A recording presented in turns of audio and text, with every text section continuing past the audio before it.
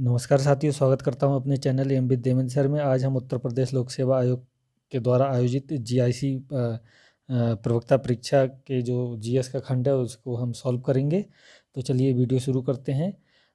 Number 1 question है, पारिस्थितिक तंत्र की अवधारणा प्रथम बार दी गई। तो इसमें ऑप्शन दिए गए हैं। इसमें ऑप्शन जैसे दिया गया है, ए है वुडबरी के द्वारा, बी है क्लार्क के द्वारा, और सी है एजी टांसले के द्वारा, और डी है ईपी ओडम के द्वारा। तो इसका सही आंसर है सी, है ना, एजी टांसले के द्वारा। फिर अगला क्वेश्चन नंबर 2, असमानता वायरस वैश्विक रिपोर्ट 2021 प्रकाशित की गई। तो किसके द्वारा प्रकाशित की गई ये देख लेते हैं। तो इसमें पहला ऑप्शन दिया है ऑक्सफैम के द्वारा, और दूसरा ऑप्शन दिया है विश्व बैंक के द्वारा, तीसरा ऑप्शन दिया अंतर्राष्ट्रीय मुद्रा कोष के द्वारा, और चौथा ऑप्शन दिया है संयुक्त राष्ट्र संघ के द्वारा। तो इसका जो सही आंसर है वो ए है, ऑक्सफैम के द्वारा। ठीक है, आगे चलते हैं क्वेश्चन नंबर तीसरे की ओर। निम्नलिखित निम्नलिखित निम्नलिखित में से राज्य के नीति निर्देशक तत्वों का कौन सा अनुच्छेद राज्य को निर्देशित करता है कि वे उद्योगों के प्रबंधन में कामगारों की सहभागिता सुनिश्चित करें। तो इसमें देखेंगे जो पहला ऑप्शन है 43 है, यही इसका सही आंसर है। फिर अगला चलते हैं, उत्तर प्रदेश में क्वेश्चन नंबर चौथा, उत्तर प्रदेश में मयूर संरक्षण केंद्र निम्नलिखित में से किस स्थान ऑब्लिक जनपद में है। तो मयूर संरक्षण केंद्र उत्तर प्रदेश में मथुरा में है, ध्यान हमें रखना है। फिर अगले क्वेश्चन की ओर चलते हैं। क्वेश्चन नंबर 5, भारत के कुल भौगोलिक क्षेत्रफल में उत्तर प्रदेश का कितना भौगोलिक प्रतिशत है। तो इसका जो ए ऑप्शन है 7.33, यही इसका सही आंसर है। ठीक है, अगला चलते हैं क्वेश्चन नंबर 6 की ओर। तो देखेंगे क्वेश्चन नंबर जो 6 है वो क्या है, 12वें वित्त आयोग के अध्यक्ष कौन थे। तो 12वें वित्त आयोग के अध्यक्ष थे सी रंगराजन। तो बी ऑप्शन इसका सही है। अगले क्वेश्चन की ओर चलते हैं, क्वेश्चन नंबर 7, निम्नलिखित में से कौन सी फसल लवण सहिष्णु है। तो इसमें देखेंगे इसका जो डी ऑप्शन है चुकंदर, यही इसका सही उत्तर है। फिर अगला चलते हैं क्वेश्चन नंबर 8। क्वेश्चन नंबर 8 जो है वह भारतीय राष्ट्रीय कांग्रेस में सम्मिलित होने के लिए सुभाष चंद्र बोस को किसने प्रेरित किया। तो इसका जो डी ऑप्शन है, इसका जो डी ऑप्शन देखेंगे, डी ऑप्शन कौन सा है, चित्तरंजन दास और एम के गांधी, है ना। तो ये इसका सही उत्तर है। अगला चलते हैं क्वेश्चन नंबर 9 की ओर। क्वेश्चन नंबर 9 की ओर चलते हैं, देखेंगे निम्नलिखित में से दिल्ली के किस सुल्तान ने अमानवीय दंड देना बंद कर दिया। तो इसका सही आंसर है सी, फिरोज शाह तुगलक। अगला चलते हैं क्वेश्चन नंबर 10 की ओर, शब्दों के विषम युग्म को चुनिए। तो देखेंगे इसमें दिया है, ए ऑप्शन दिया है मृत्यु, फिर रोग, फिर बी ऑप्शन दिया अंगूर यानी शराब, यानी कि अंगूर से शराब बनती है, सी यानी कि दूध से मक्खन बनता है, और पानी जो है पानी से ऑक्सीजन गैस बनती है। तो इसका जो विषम युग्म छांटना है तो इसका सही आंसर होगा ए, है ना, मृत्यु रोग। ठीक है, अगला है क्वेश्चन नंबर 11। क्वेश्चन नंबर 11 देखेंगे, उत्तर प्रदेश का कौन सा शहर मार्च 2020 को राज्य के जीडीपी और प्रति व्यक्ति आय के मामले में शीर्ष स्थान पर है। तो देखेंगे बी ऑप्शन है नोएडा, ये सही आंसर है। फिर देखेंगे क्वेश्चन नंबर 12, कन्नौज पर महमूद गजनवी के आक्रमण के समय वहाँ का शासक कौन था। तो देखेंगे कन्नौज का शासक था राज्यपाल, ए ऑप्शन ठीक है। फिर चलते हैं अगला क्वेश्चन नंबर 13 की ओर। क्वेश्चन नंबर 13 कह रहा है, निम्नलिखित में से किस क्षेत्र में मोटे अनाज वाली फसलें उगाई जाती हैं। तो ए ऑप्शन ठीक है, ऊंचाई वाले ऊपरी क्षेत्र में। फिर 14वां क्वेश्चन है, 1829 में अंग्रेजों के विरुद्ध खासी जनजातीय विद्रोह का नेतृत्व किसने किया। तो किसने किया था, तिरोत सिंह, है ना, इसने किया था। फिर अगला चलते हैं क्वेश्चन नंबर 15 की ओर। 15 क्वेश्चन नंबर में देखेंगे सौर ऊर्जा का कारण है क्या है, संलयन प्रतिक्रिया है, ए ऑप्शन ठीक है। फिर 16वां क्वेश्चन है, हड़प्पा पुरास्थल बनावली किस नदी पर स्थित है। तो देखेंगे ये डी ऑप्शन है, रंगोई नदी पर स्थित है, और बनावली हरियाणा में एक हड़प्पाकालीन स्थल है। ठीक है, फिर अगला चलेंगे क्वेश्चन नंबर 17 की ओर। तो देखेंगे क्वेश्चन नंबर 17, निम्नलिखित में से कौन सा एक उत्तर प्रदेश का लोक नृत्य है। तो बी ऑप्शन सही है, घोड़े, यानी कि ये घोड़ा नृत्य है, और ये बुंदेलखंड में ये जो लोक नृत्य वहाँ पर ये इस तरीके का नृत्य होता है। ठीक है, अगला चलते हैं क्वेश्चन नंबर 18 की ओर। 18 क्वेश्चन नंबर देखेंगे कि इसमें दिया है सूची फर्स्ट को सूची सेकंड से सम्मिलित कीजिए तथा सूचियों के नीचे दिए गए कूट का प्रयोग करके सही उत्तर का चयन करें। तो देखेंगे इसमें एक तरफ सूची फर्स्ट में खनिज दिया है, दूसरी तरफ क्या दिया है कि सूची सेकंड दी है खदान और खानचित्र। तो देखेंगे जो लौह अयस्क है, लौह अयस्क कहाँ पाया गया है, जो इसका खानचित्र कहाँ है, इटाबिरा है ना, लौह अयस्क इटाबिरा है। फिर देखेंगे मैग्नीज, तो मैग्नीज जो है वो कहाँ पर है, चियातुरा। फिर देखेंगे तांबा, तांबा है सिडवरी, और फिर है कॉपर सॉरी बॉक्साइट, बॉक्साइट है बाईपार। तो देखेंगे इसमें कौन सा ऑप्शन इसका ठीक रहता है। तो देखेंगे इसका ऑप्शन कौन सा सही है, ये देख लेते हैं। तो इसका जो सही ऑप्शन है वो है बी, ध्यान रखना है। ठीक है, ये ध्यान रखना है। आगे चलते हैं क्वेश्चन नंबर 19 की ओर।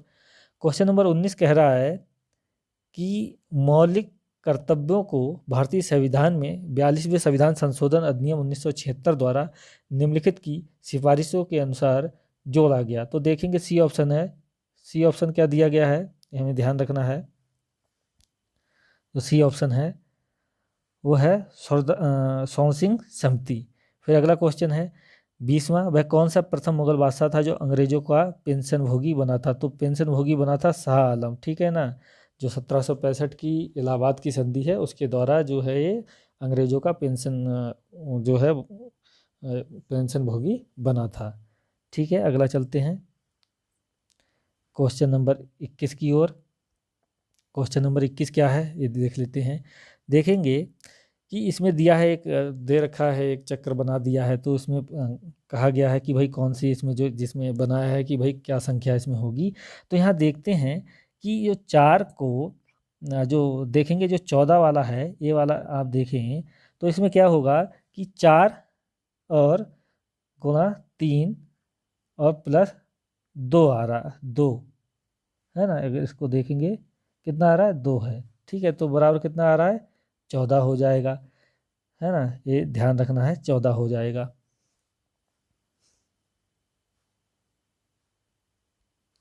ऐसे ही देखेंगे आप, अगला देखेंगे कि 9 3 27, यानी कि इसमें जो सीरीज चल रही है गुणे 3 प्लस 2 की चल रही है। तो इसमें आप देखेंगे 9 को आप 29 में देखेंगे तो 9 3 27, 2 29 हो जाएगा।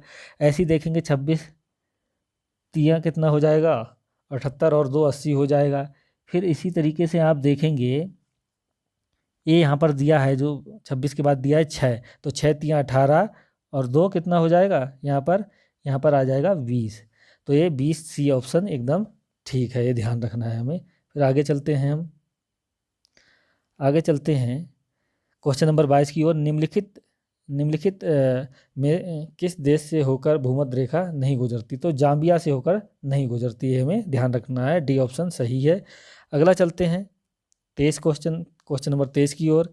तो देखेंगे यहाँ पर निम्नलिखित युग्मों में से कौन सा एक सही सुमेलित नहीं है। एक तरफ राज्य दिया, एक तरफ राज्यसभा में सीटों की संख्या दी है। तो असम जो है ये सही सुमेलित नहीं है, क्योंकि असम में यहाँ पर कितनी है, 7 सीटें यहाँ पर राज्यसभा की हैं, ये ध्यान रखना है हमें।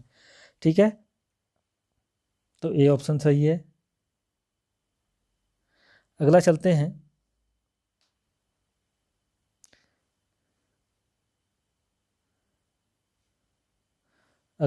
क्वेश्चन नंबर 24 की ओर। क्वेश्चन नंबर 24 क्या कह रहा है, निम्नलिखित में से कौन सा उत्तर प्रदेश का प्रमुख उद्योग नहीं है। तो डी ऑप्शन है ऑटोमोबाइल, ये उत्तर प्रदेश का प्रमुख उद्योग नहीं है। फिर अगला चलेंगे क्वेश्चन नंबर 25 की ओर। निम्नलिखित में से कौन सा एक भारत निर्माण योजना का संगठक नहीं है। तो देखेंगे ग्रामीण जो उद्योग है ये सी ऑप्शन ए नहीं है भारत निर्माण योजना का संगठक। ठीक है, ये ध्यान रखना है हमें। अगला चलते हैं क्वेश्चन नंबर 26 की ओर। क्वेश्चन नंबर 26 में कह रहा है कि मध्यकाल में उत्तर प्रदेश के किस जनपद को शिक्षा का केंद्र होने के कारण सिराज ए हिंद कहा जाता था। तो जौनपुर को कहा जाता था, ये ध्यान रखना है। फिर क्वेश्चन नंबर 27 है, निम्नलिखित गुप्त कालीन मंदिरों में कौन सा उत्तर प्रदेश में अवस्थित है। तो देवगढ़ का दशावतार मंदिर ये उत्तर प्रदेश में स्थित है, और ये गुप्तकालीन मंदिर है। अगला चलेंगे, उत्तर प्रदेश में क्वेश्चन नंबर 28, उत्तर प्रदेश में विधान परिषद वित्त विधेयक को कितने दिन विलंबित कर सकती है, यानी कि वित्त विधेयक के संबंध में विधान परिषद को क्या शक्ति प्राप्त है, तो क्या है, बी ऑप्शन जो दिया है कि 14 दिनों तक वो क्या कर सकती है, विलंब कर सकती है, बस इतना ही उसको शक्ति प्राप्त है बस वित्त विधेयक के संबंध में। अगला चलते हैं क्वेश्चन नंबर 29 की ओर।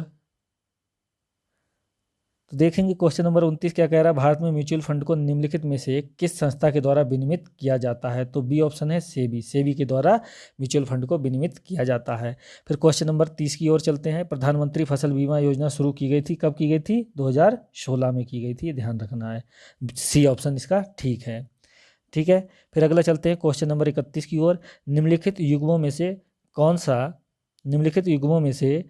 सा एक सही सुमेलित नहीं है, तो एक तरफ तो दिया है ताप विद्युत ग्रह और एक तरफ दिया है राज्य, तो जो बाढ़ ताप विद्युत ग्रह है वो बिहार में है, लारा छत्तीसगढ़ में है, कुटकी कर्नाटक में है, और गाडरवारा जो है, गाडरवारा आंध्र प्रदेश में नहीं है, तो यही सही सुमेलित नहीं है, क्योंकि ये कहाँ पर है, मध्य प्रदेश में है ना, मध्य प्रदेश में है, ये ध्यान रखना है, मध्य प्रदेश। ठीक है, अब चलते हैं क्वेश्चन नंबर 32 की ओर।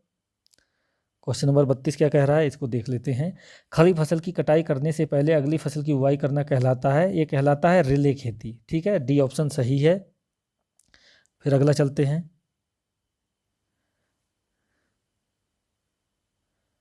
अगला क्या कह रहा है, क्वेश्चन नंबर 33 कह रहा है, क्वेश्चन नंबर 33 क्या कह रहा है कि आरबीआई द्वारा कितने बैंकों पर जुलाई 2021 में नियमों के उल्लंघन के लिए जुर्माना लगाया गया, तो देखेंगे 14 बैंकों के ऊपर लगाया गया है।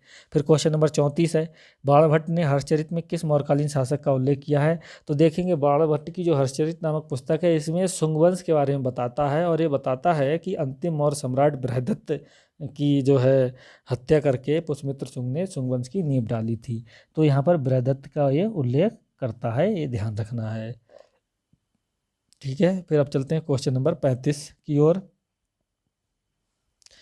क्वेश्चन नंबर 35 है, निम्नलिखित में से कौन हड़प्पीय पुरास्थल उत्तर प्रदेश में नहीं, तो देखेंगे आप हुलास भी है, आलमगीरपुर, तो जो है हड़प्पा जो सभ्यता की जो पूर्वी छोर था, है ना, पूर्वी सीमा कह सकते हैं, है ना, और फिर देखेंगे मारडी जो है, मारडी मुजफ्फरनगर में है, और ये भी हड़प्पाकालीन स्थल है, और यहाँ पर क्या हुआ, यहाँ पर सिक्के का जो है एक कह सकते हैं मिंट जो जहाँ पर सिक्के ढाले जाते थे वो एक स्थल है। ठीक है, फिर देखेंगे 35 में जो है देसलपुर,